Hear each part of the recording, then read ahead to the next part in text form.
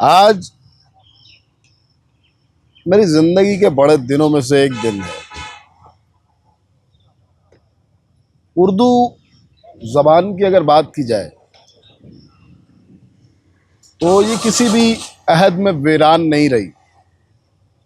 हर अहद में कुछ ना कुछ ऐसे नूरानी चेहरे चमकते हुए नजर आए हैं इसके उफक पर, जिसने हमेशा उर्दू के आसमान को रोशन रखा है।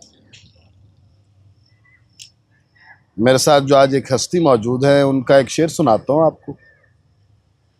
जब रूह से कहते हो कि लब्बैक हुसैना, फिर दिल से यजीदों का ये डर क्यों नहीं जाता। अपने आप में ये शेर सवाल भी है और अपने आप में जवाब भी है। आज इस हस्ती के साथ मरसिया निगारी पर बात होगी, करबलाइयत पर बात होगी, करबला पर बात होगी, इमाम हुसैन अलैहिस्सलातु वस्सलाम की बरगज़ीदा ज़ात पर बात होगी और शोहदाए करबला को खिराज अकीदत पेश करने के लिए मैं क़िबला अख्तर उस्मान साहब के पास हाजिर हूँ। सर, आपके वक्त का बहुत शुक्रिया। बहुत शुक्रिया आपका, तो आप तशरीफ़ लाए, बात का मौका मिला। सर, मेरे अदना से और मामूली से इल्म के मुताबिक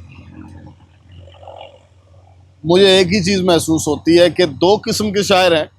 जी एक जो करबलाई है जी और एक जो दुनियावी।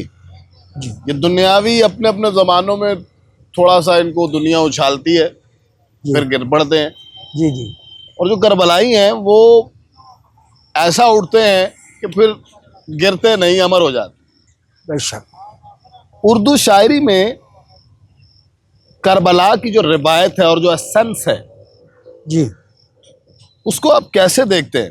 अगर इस रिवायत को बहुत पीछे से शुरू किया जाए, बेहतर तो ये है कि ये जो अलमिया है, एपिक, इसकी तारीख जो है वो होमर से भी पहले शुरू होती है। लेकिन आम तौर पर इसको होमर की ओडिसी से शुरू किया जाता है या एलियट से शुरू किया जाता है, ओडिसी से ज़्यादा। तो एलियट से ज़्यादा ओडिसी मारूफ व मकबूल है और हमारे मोहतरम जनाब सलीमुर रहमान साहब ने 26 साल की उम्र में उसका तर्जमा किया। माशाल्लाह। गोया ये आज से कम अज़ कम 60 बरस पहले की बात। तो उसमें भी एक फीमेल कैरेक्टर है हेलन, जिसका जिक्र बाद में हम क्रिस्टोफर मार्लो के ड्रामा में भी पढ़ते आए हैं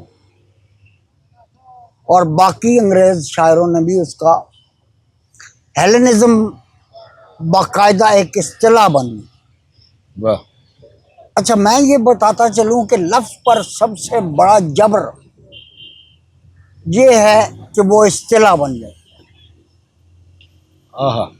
और लफ्ज़ की सबसे बड़ी अमीरी या अमारत भी यही है कि वो इस्तिलाह बन जाए। वाह। लेकिन एक माना में देखिए तो ये लफ्ज़ की गुर्बत भी है, क्योंकि जब कोई लफ्ज़ इस्तिलाह बनता है तो उसके बाकी माना गुरूब हो जाते हैं। क्या ज्ञान। सिर्फ इस्तिलाही मतलब उसका रह जाता है। तो उसने भी अगमेम्नॉन का और हेक्टर का और एक्लीज का और ट्रॉय का जिक्र किया और हेलन का जिक्र किया, जिसको बाद का एक अंग्रेजी शायर कहता है कि all is dross that is not Helena. हर वो चीज़ फालतू और फजूल है वाह। जिसमें हेलेनियत नहीं। वाह। तो ये ट्रोजन्स के दरमियान और स्पार्टन्स के दरमियान एक लड़ाई थी, आपको मालूम है। जिसको होमर ने ओडिसी में बना दिया और सलीमुर रहमान साहब ने, मोहम्मद सलीमुर रहमान साहब ने जहांगीर की वापसी के नाम से उसका तर्जुमा किया। क्या कह रहे 60-62 बरस पहले, बल्कि शायद इससे भी 2 साल ज़्यादा। तो जाहिर है तर्जुमा भी हमने पढ़ा, लेकिन खुद अंग्रेजी में, ग्रीक हमें आती नहीं, तो अंग्रेजी में ये हमने पढ़ा ओडिसी।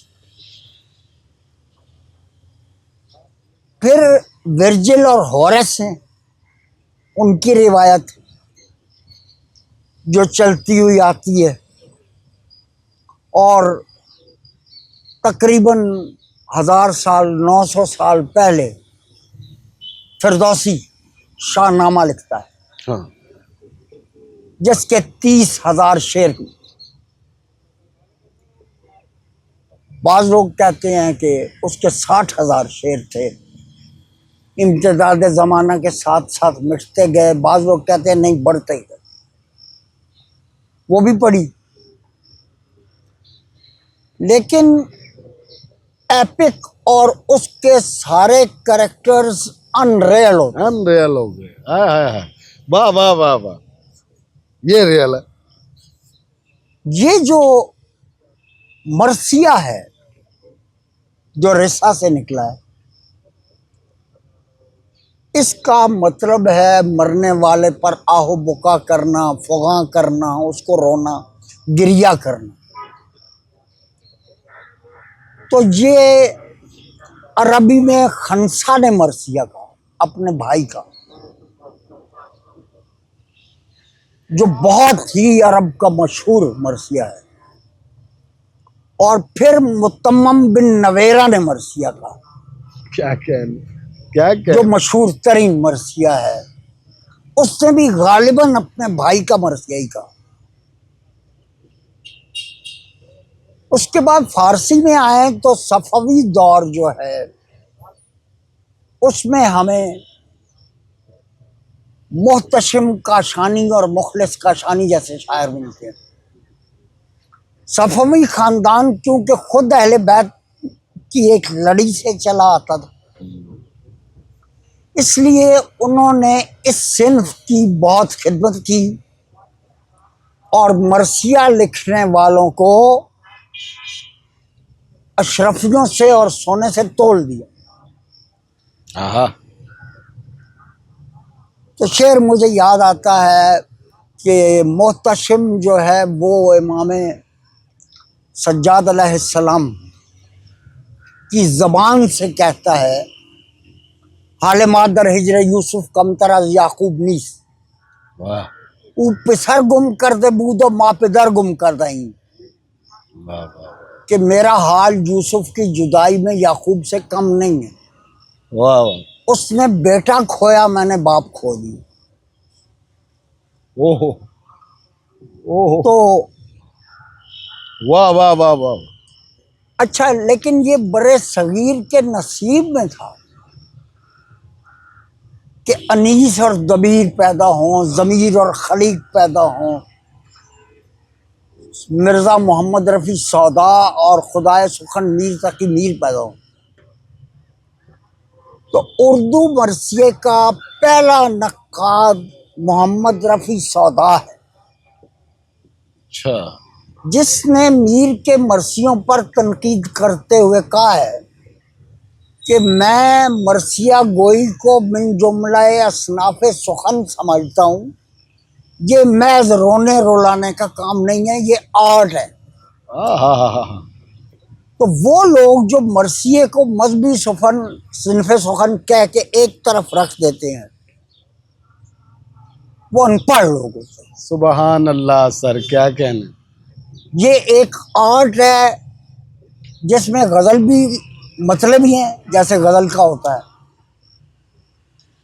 जिसमें मसनवी भी है, जिसमें दास्तान होती है, हाँ, जिसमें कसीदा भी है, जैसे मरसिए में चेहरा होता है, चेहरा होता है, बिल्कुल। और क्या नहीं है इसमें। ये एक पाबंद नज्म भी है। दुनिया की मालूम इंसानी तारीख में एक भी वाकया ऐसा नहीं हुआ, वाकया करबला के अलावा, जिसने न सिर्फ ये कि नई असनाफ़े सुखन को जन्म दिया हो, हाँ। बल्कि पहले से मौजूद असनाफ को भी अपने नाम कर लिया। क्या कहने सर, ऐसा ही हुआ। जब मरसिया का लफ्ज उर्दू में आया तो दक्कनी दौर में आप चले जाएं तो तवील बहूर में आपको नौहे और मरसिये मिलते हैं। अखी की लाश पर ज़ैनब पुकारी आके रो रो कर, लुटा सब घर नहीं चादर मेरे सर पर, बहन बलवे को आई बेसरो सामान ए भाई। ये एक मिसरा। अच्छा, फिर मीर ने मरसिये लिखे, ज़ाहिर है कमज़ोर मरसिये थे, तो सौदा को ये कहना पड़ा जो मैंने कोट किया। लेकिन अनीस के वालिद मीर खलीक बाकमाल मरसिया वो, और उनके मुकाबले में मीर ज़मीर, दोनों सादात हैं। उन्होंने भी कमाल किया और मरसिये के अज्जा मुकर्रर कर दिए कि 9 जुज़ हैं।